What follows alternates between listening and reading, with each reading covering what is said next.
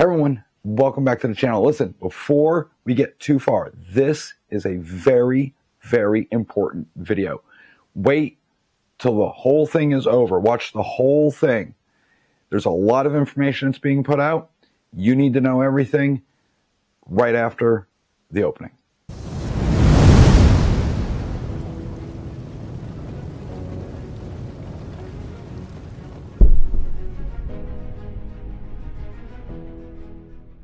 All right, welcome back, guys. Listen, normally I'm like, hey, down in the description below is the merch, and then we have Patreon and locals. You can become a YouTube member. All I'm asking is that you like the video, throw a comment down below, help that algorithm. Most definitely share the crap out of this. And if you haven't subscribed yet, please subscribe to the channel. Toggle the notification bell. This way, every time I do a video, you'll get notified. All right. So what are we going to be talking about? Well, imagine this. Imagine you go to the range. You have a glorious day of shooting. And you come home, you park your car in your driveway, and as you're unloading your car, your neighbor sees one of these. Well, it's perfectly legal. You bought it in accordance with all of the state laws. But she takes her Ring video, uploads it to your local PD, and tells them that she doesn't feel safe. And then the cops come and arrest you, and seize your guns, and take your permit. Yeah, that's what we're talking about today. That's exactly what happened. So yesterday, we're going to start here. Yesterday, I was teaching. It was just a normal day, and one of the coworkers, one of the guys that works in the gun store, Nick, was like, hey, Todd, listen, did you see? And he talked about it. And I was like, no, I didn't. He's like, oh, well, Josh shared it to me. I was like, I have not seen it. So I was like, well, I'll have to take a look. He's like, well, I'll share it with you. So he took a screenshot and he shared it with me. Well, fast forward to I'm done teaching. I come home. Mrs. Guru also took a screenshot because she saw it. So I was talking to her, and I was kind of scrolling through my phone, trying to just kind of catch up on the day's activities, things like that. And I got to see the post. I came across it. The post was in the CCDL chat, or the group, all right? It's not the actual CCDL Facebook page. It's in a private group that you have to join. So if you're not a member, you really should join. All right. So, what are we talking about? Simple. A young woman named Heather put up a post. I'm going to read you the post. There's lots of comments with a lot of advice and so on and so forth. But let's start with her original post. She writes, I was advised not to share my personal information, but my better judgment is urging me to reach out to those who might have more knowledge about this situation. I'm currently being wrongfully charged with something that seems completely ridiculous. I've held a pistol permit since 2020. I own 3 guns, and I began assembling my other, or Connecticut other, though I had not finished putting it together. My knowledge of firearms is limited. I enjoy shooting for recreation, but that's the extent of it. Recently, a new law passed. She's talking about HB 6667, and I'm just going to refer to it as HB Satan 7, which I was not fully aware of. I'd briefly heard about it, but didn't think it applied to me because I believed my other was incomplete and already been registered. What she's thinking about is the DPS 3. So when you buy a gun, fill out your DPS 3, and it is registered with the state. We'll come back to that. She is now facing pretrial charges for illegal possession of an assault weapon. She is a single mother with minimal support. She's 11 weeks out from graduating with her master's in social work. She's never had anything in her record, so no criminal record, yet currently stuck with an ankle monitor. Someone please help me make sense of this. Other than we live in a liberal state. All right. So the comment section, a lot of people were like, hey, you need to reach out to Craig Fishbein. You need to reach out to this lawyer or that lawyer. And she's like, well, I have a lawyer. But the lawyer doesn't know much about the Second Amendment in our state. And then everybody started piling in with like, you need to call this one, this one, this one, this one. And, you know, she named like Ralph Sherman. I know Cameron Atkinson, great lawyer, by the way, especially when it comes to the Second Amendment. He is handling the Grant v. Lamont case currently, among others, but mainly that one in the Second Circuit Court of Appeals, along with Craig Fishbein. And he said, contact me, give the email address and all that. I thought about it. I was like, man, everybody should hear about this. So I asked Mrs. Guru her thoughts. Like, what do you think? She's like, most definitely. So I reached out to Heather. And I just didn't want to do it. So for full disclosure, I have permission from her directly to bring you up to date on everything. We were going back and forth in Messenger last night. I was asking questions, trying to figure out what happened, what led up to this, so on and so forth. So here we go. I explained who I was, and she goes into this. All right, I'm going to leave out some personal details. She goes, hi. So here's the story behind this. I currently live in a duplex, and I started seeing my neighbor. And then we broke up. Okay, you're dating, you broke up. He started dating another woman. Fair enough. She goes on to talk about her master's degree and how she's a single mother to a 3-year-old daughter. So she says that the new girlfriend and ex decided it's a good idea to upload a video to the Plymouth Police Department and then state the fact that she's fearful of her life because her other, which is inoperable because it's not completely built yet, was being carried from the trunk of her car to her front door, even though the gun was in pieces. So the gist of it, I had to skip a bunch of stuff. That's personal information. I am not putting it out there. Heather is in her driveway, and she's unloading her car. She has her Connecticut other with her, and it's in pieces because it's incomplete. And she's carrying it into her house. Ex-boyfriend's new girlfriend sees it, and she fears for her safety. All right? So she uploads a video to the Plymouth Police Department, and it all just starts crumbling around everybody.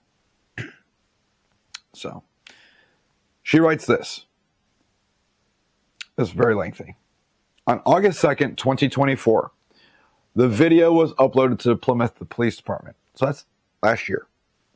In January the 24th of this year, Plymouth Police Department came to her house with a search warrant and took all of her guns, revoked her permit, pulled it at least.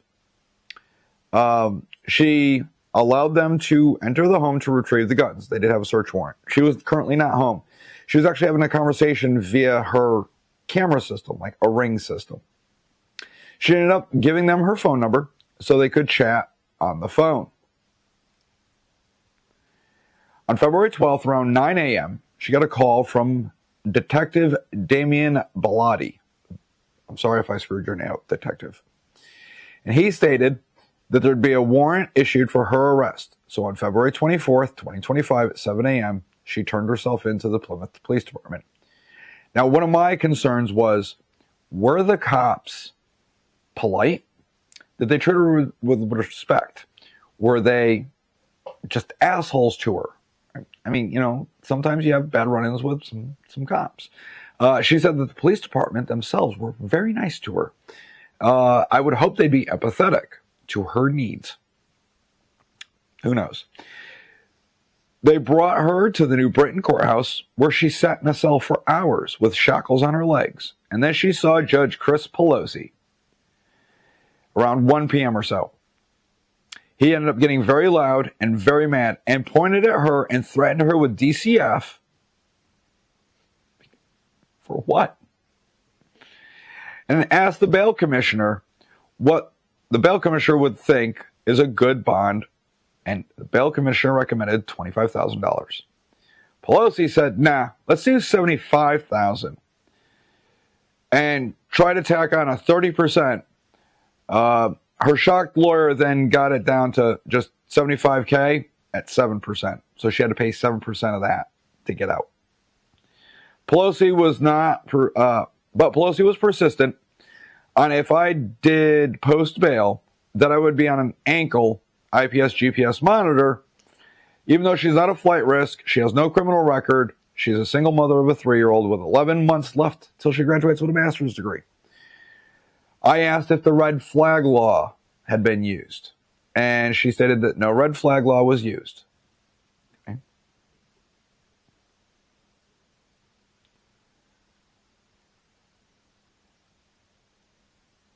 She writes, the guy who lives next door, his current girlfriend, called the PD because she was scared that she saw my gun carried to my front door, which I reiterated.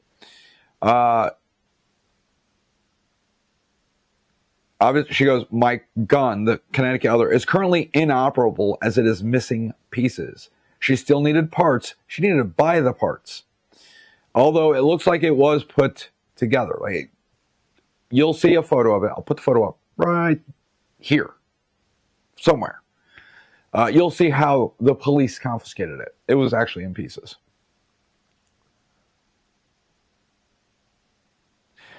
Now, according to her, she knows some people that are involved with this case. Not like police department wise. The New Britain courthouse wanted them to go shoot the AR, but the AR would not shoot. It just misfired. Again, it's inoperable. It's not complete. She's missing parts. The judge told them to make it work. So they added all the parts that she was missing, and they were able to get it from inoperable to operable and shoot one round to charge her, to get those charges bumped up. Now, according to the original report, her gun is listed and it's stated as inoperable. So they, once again, Plymouth Police, or I should say this judge, did exactly what the ATF did to that poor sailor that just got 20 years down in Norfolk, where they took a bunch of inoperable stuff, took it to a gunsmith, fix it all up nice and pretty so it does work, so they can charge them. That's, to me, that's like, you get arrested and you have a block of aluminum. It's just a block of aluminum. But then the police and gunsmith mill out a lower and then charge you with having an assault weapon that's a ghost gun because there's no serial number. Even though you started with a block of aluminum, but they milled it out because, well, you know, it was there all the time. You just had to remove the excess metal that's not wanted. That's absolutely insane. So we went back and forth on a few things, and it comes down to this. This is, she gave me her docket number. I went and I pulled it right up on the State of Connecticut Judicial Branch. This is the pending case detail. She told me I can use her full name, everything. I'm probably going to slaughter her last name. Her name is Heather Torpey. Torpey? I don't know. Torpey. You'll see it on the screen. It's got her docket number. Arresting agency was the local police department of Plymouth. She's in the New Britain court system. Her arrest date was 2/24/25. That's when she turned herself in. Bond amount is $75,000. Here are the charges. Violation of statute 53-202 Charlie. Illegal possession of an assault weapon. Obviously, there's an exception because illegal possession of an assault weapon is technically a Class D felony. What is the exception? First time offense. Therefore, it is only a Class A misdemeanor. One charge. The offense date was 1/24/2025. Now, I am not going to rehash all of HB Satan 7. We know exactly what it did. It fundamentally changed our general statutes that governed assault weapons, guns, etc. vast changes to the gun laws. I could easily just pull this up and read verbatim what they changed, but this is HB 6667. All right? Possession of an assault weapon, exemptions, Class D felony, acceptance. Listen, this is HB 6667. It changed this, the general statute. Here's what it says. A person is eligible under sections 53202A to 53202K, inclusive as amended by this act, HB 667, to apply for a certificate of possession for the assault weapon by January 1st, 2023. All right. That's what they originally wrote. But we know it didn't pass right away. It didn't. It wasn't signed until June 6th of 23. So when you go into the general statute, they give you dates and they give you some more information. All right, this subdivision, blah, blah, blah. I'm trying to get to the juicy stuff. Okay, you, person, are going to be lawfully possessing an assault weapon, according to the state of Connecticut, as long as you owned it prior to June 5th, 2023, under provisions given in 53202A to 53202K. It takes effect January 1st, 2023. Any person who regains possession of a 2023 assault weapon, pursuant to the subdivision, it goes on and on, shall apply by May 1st, 2024, or if such person is a member of the military or naval forces and they're deployed, they can ask for an extension once they get back. Okay. One, they're exempt anyways, but regardless. Any person in the state that possesses an assault weapon except as provided in the sections shall be guilty of a Class D felony. But if it's your first offense, then it'll be a Class A misdemeanor. The person has to present proof that such person lawfully possessed an assault weapon prior to, and it goes on and on and on and on.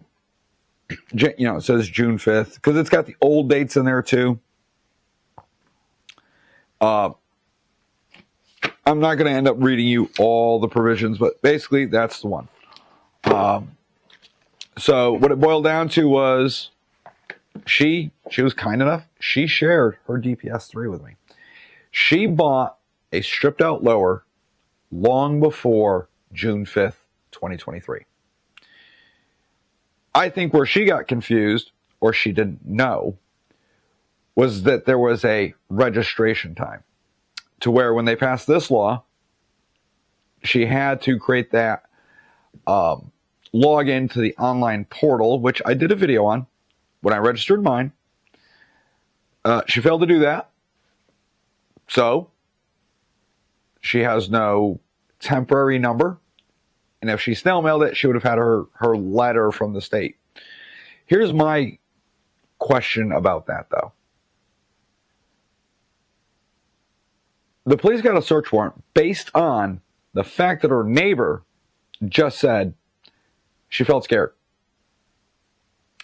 How did the cops know that gun was not legal? How did they know that gun wasn't up to speed like it should be? How would they know that? Was the search warrant just to confiscate the guns and then figure it out later? That's not right. Where's the due process? There's no real crime other than a person feeling scared. How do you get a search warrant without a crime being committed just to go fishing? Is it a fishing expedition? Or did they know exactly who she is, right? They had her name, and they just went into the SLFU's database, looked her up, looked at what she owned, which we all know they have, because you guys saw it in the preview where I registered mine. Because remember, one of my others was bought and done, the DPS-3 was done electronically, so SLFU had it right away. But I was missing one, because that one was bought a few years earlier, and the DPS-3 was done manually and mailed in. So when there was that discrepancy, I had asked SLFU why, and they had explained that they had a massive backlog for months and months and months. They're just piled up in boxes.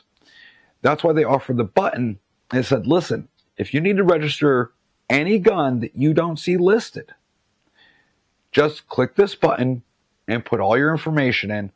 That's when I had to pull out my DPS-3 and go through line by line and upload all that information and technically register my other Connecticut other with the state, even though I did do a DPS-3. They know I own it. I had to re-register on top of the original register. Double the work. And that was one of our biggest complaints in the beginning. Why are we re-registering guns that we already registered to begin with? You know I already own it. Why am I doing this again? Don't know why. I think it's just to, add more steps to the process and just make it that much harder for us. Now, I did my best to get the information out to you guys. The problem is there are approximately 300,000 permit holders in the state of Connecticut out of the 3 million some odd people that are here. It's not that much, but obviously I don't have 300,000 subs, which means the vast majority of people, they just didn't see it. That's why I'm asking you, share this, make this go viral so they know what happened to Heather. Because there's a ton of people, because I still hear it today, they had no idea they had to register their others, or they just straight up defied the state because they're like, I'm not registering anything. It's my God-given right, which I agree with. I wholeheartedly agree with. I have the same sentiment. I shouldn't have to do this. I refuse to do it. It was only after I sat down with a couple of lawyers and they said, because of what you do, Todd, you're the first one they're going to go after and make an example out of you. Fair enough. I don't want that to happen. So I figured, you know what? Registering these guns, showing you how to do it, that is going to be great for the channel. It's going to be great for clicks. So let's do it. So I bit the bullet and I did that. And I actually helped guide a lot of people through the process. That being said, for those of you out there that bucked the system, well, be careful. Apparently, it is something they are enforcing hardcore. It is not something they're looking the other way. Probably because, for all intents and purposes, you're a law-abiding citizen, and that's who they really want to prosecute.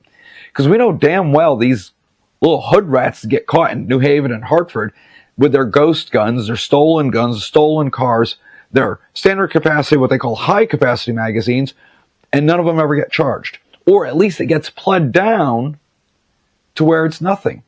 I mean, literally, you could go steal, you have a long rap sheet, you could go steal 38 guns. They'll charge you with one. You stole 38. Yeah, well, he sold the other 37 for drugs and money. He still stole 38. That's 380 years in prison. Nope. Only 10 years, one gun charge. It's like selective enforcement.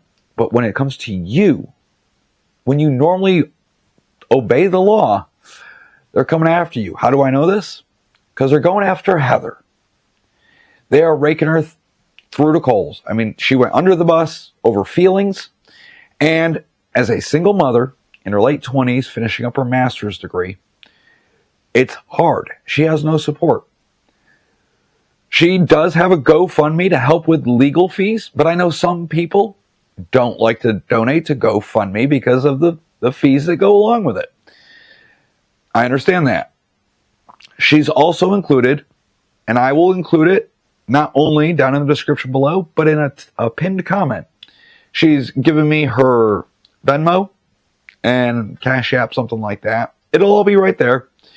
If you can, donate some money to her to help her with her, her legal expenses, because they're going to be quite high, especially once she gets a really good lawyer. I recommended Craig Fishbein because not only is he a lawyer, but he's also a state rep who helps craft some of this stuff and helps get rid of the bad stuff. He knows this stuff in and out. He is a subject matter expert when it comes to our gun laws. So is Cameron Atkinson. But neither one of them are cheap. She's going to need our help. So us as a good Second Amendment community in Connecticut need to come together and help her in her legal fight. I don't know if she's going to be found innocent. I don't know if the case will be dismissed or pled down. But what I do know is she needs our help. And I would hope that you guys will help. So all those links are going to be down in the description below and a pinned comment. If you can, please help. All right? So again, like the video, leave a comment to help that algorithm, share the crap out of this video, get all your gun-owning friends to watch this, and subscribe to the channel so I can keep you up to date on what's going on with her, her case, and her family. We have to stick together, guys. The state of Connecticut is against us, the people that love freedom and the Second Amendment. How do I know that? They've told us that. Look at the laws they're trying to pass this year in our legislative session. Make you, me, and FFLs liable for what criminals do after they've stolen our gun, or after someone buys a gun lawfully, passes the background check, and then goes out and does dumb things. Now the FFL is on the lam. Or God forbid, an FFL gets a transfer from another FFL, and that other FFL is all jacked up. ATF goes after them. State of Connecticut can go after the other FFL because they are liable. That's not good, guys. That is straight up anti-Second Amendment. They don't like us. They don't like you. So join the CCDL. Join that group I told you about. Like, share, subscribe to the channel, leave a comment, and help Heather if you can. That's all I got for you guys in this video. I'll talk to you all later.